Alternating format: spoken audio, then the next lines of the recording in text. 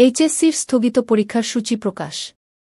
কোটা সংস্কার আন্দোলন ঘিরে সৃষ্ট সহিংসতায় দফায় দফায় স্থগিত হওয়া এইচএসসি ও সম্মান পরীক্ষার সূচি প্রকাশ করা হয়েছে।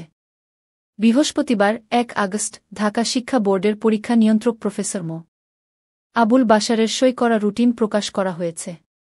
এর আগে সকালে আন্তঃশিক্ষা বোর্ড সমন্বয় কমিটির অধ্যাপক তপন কুমার সরকারের সই করা বিজ্ঞপ্তিতে বলা হয়, অনিবার্য কারণবশত আগামী ৪ আগস্ট থেকে অনুষ্ঠিতব্য সব বোর্ডের পরীক্ষাসমূহ স্থগিত করা হল। ১১ আগস্ট থেকে সব শিক্ষা বোর্ডের স্থগিত পরীক্ষা নতুন সময়সূচি অনুযায়ী শুরু হবে। স্থগিত হওয়া পরীক্ষার নতুন সময়সূচি বিজ্ঞপ্তির মাধ্যমে জানিয়ে দেয়া হবে। ২০২৪ সালের উচ্চমাধ্যমিক সার্টিফিকেট, এইচএসসি ও সম্মানের পরীক্ষা ৩০ জুন শুরু হয়। লিখিত পরীক্ষা শেষ হওয়ার কথা ছিল ১১ আগস্ট। আর ব্যবহারিক পরীক্ষা ১২ আগস্ট থেকে ২১ আগস্টের মধ্যে শেষ করার কথা ছিল। তবে জুলাইয়ের মাঝামাঝি থেকেই শুরু হওয়া কোটা সংস্কার আন্দোলন আর সংঘটিত অস্থিরতায় থমকে যায় পুরো দেশ।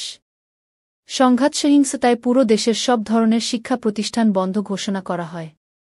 গত ১৮ জুলাই থেকে ১ আগস্ট পর্যন্ত চলমান এইচএসসি ও সম্মানের ৮টি বিষয়ের পরীক্ষা স্থগিত করা হয়।